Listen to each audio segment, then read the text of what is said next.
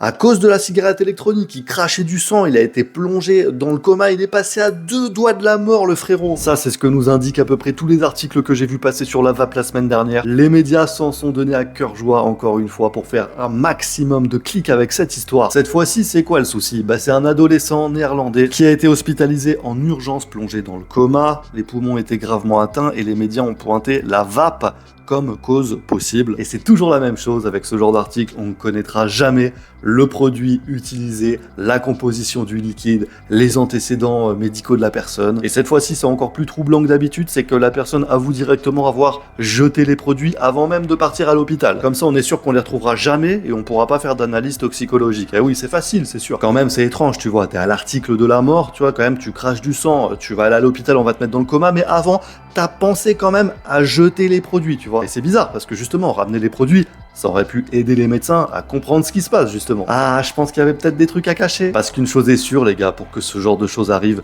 c'est que ce sont des produits qui ne sont pas autorisés, ce sont des produits dangereux, et c'est ça qu'on ne dit jamais dans ce genre d'article. Des produits dégueulasses achetés au marché noir, ou du PTC, toutes ces conneries, toutes ces drogues de synthèse qui sont mélangées au liquide. Et non, après tout ça, les gars, on vous fait croire que non, c'est la vape, c'est la cigarette électronique. On a l'impression que le vapotage, ça tue des gens. Alors que non, en fait, ça sauve des vies, ça aide des fumeurs à arrêter de fumer tous les jours. Les mecs, faut être réaliste, c'est comme si demain, je prends la voiture, je vais rouler à 200 la nuit sur une petite route de campagne en étant complètement alcoolisé au volant, et que je te dis, c'est de la faute à la voiture. Faut arrêter la mauvaise foi. Après, bref, tu connais, c'est les journalistes.